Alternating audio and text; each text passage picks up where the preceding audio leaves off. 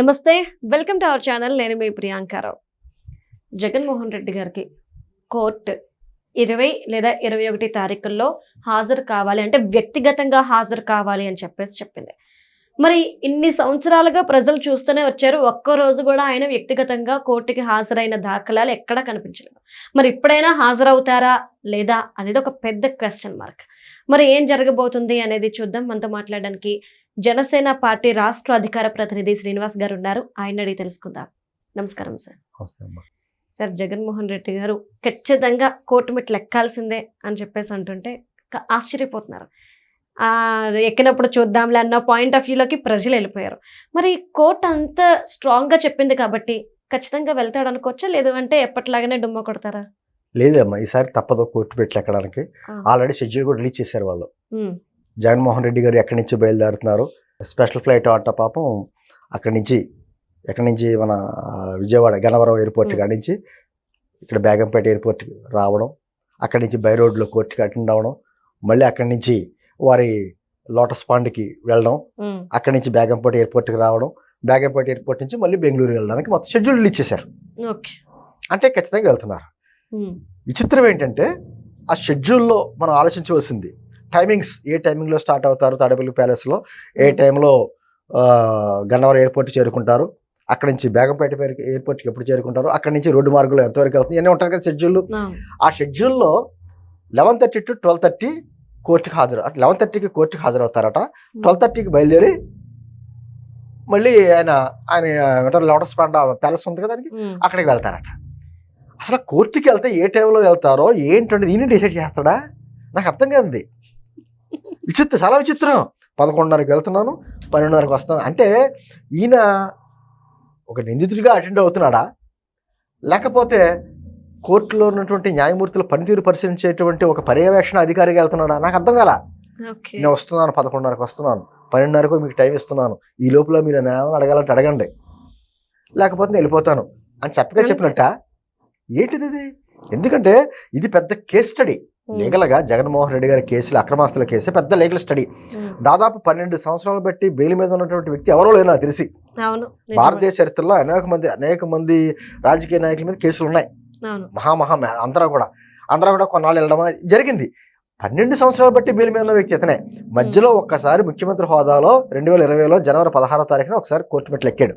ఆ తర్వాత ఎప్పుడు అడిగినా ఏమనేవాడు, నేను వస్తే భద్రతా సమస్యలు వస్తాయి, చాలా ఖర్చు ఎక్కువ అవుతుంది, కాబట్టి నేను రాలేను అని చెప్పేసి అన్నిసార్లు ఎగ్గొట్టాడు. విచిత్రం ఏంటంటే కోర్టు అన్నిసార్లు అతనికి అనుమతి ఇచ్చింది. అవును, మనం ఏమనుకుంటాం మామూలుగా భారత రాజ్యాంగం ప్రకారం రాష్ట్రపతి దగ్గర నుంచి సామాన్య పౌరుడు వరకు అందరికీ ఒకటే. అందులో మనం గౌరవించేది ఎవరిని? మొట్టమొదటిగా రాజ్యాంగాన్ని గౌరవిస్తాం. ఆ తర్వాత మనకు ఉన్న వ్యవస్థలో నమ్మకంగా ఏదైనా ఉందంటే న్యాయ వ్యవస్థ మీద నమ్మకం పెడతాం. ఒకవేళ ఇచ్చే తీర్పులు మనకి ఇష్టం లేకపోవచ్చు, కానీ గౌరవిస్తాం. కానీ ఆ న్యాయ వ్యవస్థ మీద దాడి చేసినటువంటి వ్యక్తులు, ఆఖరికి న్యాయస్థానానికి సంబంధించి చీఫ్ జస్టిస్ల మీద కూడా కులాన్ని బట్టి ఇబ్బంది పెట్టినటువంటి వ్యక్తులు, లెటర్లు రాసినటువంటి వ్యక్తులు, ఈ రోజు ఈ మధ్యకాలంలో మాజీ సిజే రావణ గారు కూడా మాట్లాడారు కదా, నా కుటుంబాన్ని కూడా బెదిరించారు అన్నట్టుగా. అటువంటి వ్యక్తులకి ఇన్ని వాయిదాలు అంటే సామాన్యులకి ఇవ్వగలరా? న్యాయం ప్రకారం సామాన్యుడు పేద ధనిక, పదవిలో ఉన్నవాడు పదవిలో లేనివాడు ఏమి తేడాలు లేవు కదా న్యాయస్థానానికి. మరి ఎందుకు ఇస్తున్నారు దానికి అన్ని వాయిదాలు? మీరు ఇచ్చిన వాయిదాల్లో ఆయన ఆల్రెడీ ఎమ్మెల్యే అయిపోయాడు, తర్వాత ఏమో సీఎం అయ్యాడు, మళ్ళీ ప్రతిపక్ష నాయకుడు అయ్యాడు, ప్రతిపక్ష నాయకుడు కావాలని కోరుకుంటున్నాడు. ఇప్పుడు అతను కేవలం ఒక పులివెందుల ఎమ్మెల్యే మాత్రమే. గతంలో అంటే పోనీ ఏదో అనుకుంటాం, పోనీ ముఖ్యమంత్రిగా ఇచ్చారు. ఇప్పుడు ఏం భద్రతా కారణాలు ఉన్నాయమ్మా? అప్పుడు ఈ మధ్యకాలంలో కూతురుని చూడడానికి వెళ్ళాడు ఆయన. అప్పుడు వెళ్ళినప్పుడు కూడా తప్పుడు నెంబర్ ఇచ్చాడు, ఫోన్ నెంబరు. దాని గురించే కదా. ఇప్పుడు మళ్ళీ ఏమంటాడు, నేను వస్తా మళ్ళీ భద్రతా కారణాలు, నేనేంటి జూమ్ మీటింగ్లో వస్తాడు. అతను ఏమైనా ఇంటర్వ్యూకి వెళ్తున్నాడా? జూమ్ మీటింగ్లో చేయమని, లేకపోతే నా లాయర్లు పంపుతానని. అంటే భారత రాజ్యాంగం ఎవరికి సెపరేట్గా రాయలేదు, వయసు కుటుంబానికి ఏమైనా రాసిందే సెపరేట్గాను. మరి ఏంటి ఇప్పుడు అతను షెడ్యూల్ చూస్తుంటే ఆశ్చర్యం వేస్తుంది. అనేక ప్రశ్నలు. ఒక పక్క నుంచి అతనికి అన్ని వాయిదాలు ఎలా ఇచ్చింది న్యాయస్థానం, సాధారణ వ్యక్తులకి అయితే ఇలా ఇస్తారా? విచిత్రం అమ్మా. ఈ 13 సంవత్సరాల్లో 6 జడ్జీలు మారిపోయారు. అవును సార్. మళ్ళీ కొత్తగా జడ్జి గారు ఇచ్చాడు. ఆయన స్టార్ట్ చేస్తాడు ఈ కేసు స్టడీ చేయడానికి. ఆయన జీవితం అలా అయిపోతూ ఉంటుంది. ఆయన అప్పటికే అనారోగ్యం పాలవడం, బెంచ్ మారిపోవడము, లేకపోతే రిటైర్ కావడము, మళ్ళీ కొత్త వ్యక్తి రావడం, కొత్త జడ్జి గారు రావడం. ఇదివరకు సామెత ఉంటుంది మనకి, రెడ్ వచ్చే మొదలాడే అని. ఇప్పుడు జడ్జి వచ్చే మొదలాడే, మళ్ళీ స్టార్ట్. ఆ కేసు అంతా అర్థమయ్యేటప్పటికి రోజువారీ విచారణ చేయాలని ఇదే అంటున్నారు, కానీ ఎక్కడ జరుగుతున్నాయి? ఓ పక్క నుంచి ఏమో కేంద్ర ప్రభుత్వము, సుప్రీంకోర్టులు ఏమంటున్నాయి, ప్రజాప్రతినిధులకు సంబంధించినటువంటి కేసులు త్వరితగతిన విచారణ జరపాలి, 1 సంవత్సరంలో 2 సంవత్సరాలు తేల్చేయాలి. అటువంటి అలా జరిగితేనే వాళ్ళు ప్రజలు ఎన్నుకునే నాయకులు ఎటువంటి నాయకులు క్లారిటీ వస్తుంది అని చెప్తున్నారు కదా. నా తగ్గట్టుగా ఉన్నాయి మరి కోర్టులు. నీ అంటుంది డబ్బు ఉంటే లేకపోతే అధికారంలో ఉంటే వాళ్ళకి ఏదైనా జరిగిపోద్ది అనేటువంటి ఒక సంకేతం వెళ్ళదా ఇది? మరి ఈ రోజున ఆయన వెళ్తున్నాడంటే, ఆయన షెడ్యూల్ రిలీజ్ చేశాడు అంటే ఆ 11:30 to 12:30 విచారణ చేయకపోతే వెళ్ళిపోతాడు ఆయన. ఇప్పుడు కోర్టులు వేరుశనక్కాయలు కొనుక్కొని కూర్చొని తింటారు ఉంటారు మన కోర్టులకు వెళ్ళిన వాళ్ళు. ఎప్పుడు పిలుస్తారో తెలియదు లోపలికే. అంటే సార్ మీరు అన్నది నాకు ఎలా గుర్తొస్తుంది అంటే, అసెంబ్లీకి రావట్లేదని మనం అయ్యన్న పాత్రుడు గారు తర్వాత త్రిబులార్ గారు అన్నప్పుడు ఇలా వచ్చి సంతకం పెట్టి వెళ్ళిపోయారు. మీకు ఐడియా ఉందా? యాస్టీజ్ నేను కూడా వచ్చాను, మీరు విచారించలేదని. కోర్టులు అంటే అతనికి లెక్కలేనితనమా? అంటే మామూలుగా మనకి వ్యవస్థలు అంటే నమ్మకం, ఆయనకి వ్యవస్థల్లో ఉన్న లోపాల మీద నమ్మకం. ఏ విధంగా తప్పించుకోవచ్చు అనేది బాగా తెలిసినవాడు. ఇప్పుడు ఎలా ఉంటుందంటే, ఆ జడ్జి గారి కంటే సీనియర్ ఈయన. మనకు సామెత మనకి ఉంటాయి కదమ్మా, జూనియర్ డాక్టర్ కంటే సీనియర్ పేషెంట్కి ఎక్కువ తెలుస్తుంది. అలాగా జగన్మోహన్ రెడ్డి గారికి తెలిసినట్టుగా నాకు తెలుసు ఆ జడ్జి గారికి కూడా తెలియదేమో ఆ చట్టాల్లో లోపాలు. అంతే, లేకపోతే అంత ధైర్యంగా షెడ్యూల్ రిలీజ్ చేసి మరీ 11:30 to 12:30 వరకు నేను వస్తున్నాను అని చెప్పడం అంటే న్యాయస్థానం ఛాలెంజ్ చేయడం కదా. మరి ఎప్పుడు అంటే ఈసారి కానీ మళ్ళీ అతనికి రోజువారీ విచారణ జరగకపోయినా, లేకపోతే ఆయన అడిగినప్పుడల్లా వాయిదాలకి అవకాశం ఇచ్చినా న్యాయ వ్యవస్థ విశ్వసనీయత కోల్పోదా? ప్రజలు అడగకపోవచ్చు, అడిగితే అయ్యో న్యాయస్థానాలను క్వశ్చన్ చేస్తున్నారా, న్యాయమూర్తులను క్వశ్చన్ చేస్తున్నారా అని చెప్పేసి అని ఉంటుంది. మనకి భారతదేశంలో ఏముంది, అందరికి ఏదో వాక్సాహంతరం ఉందనే మాటే కానీ కొన్ని చోట్ల ప్రశ్నించకూడదు.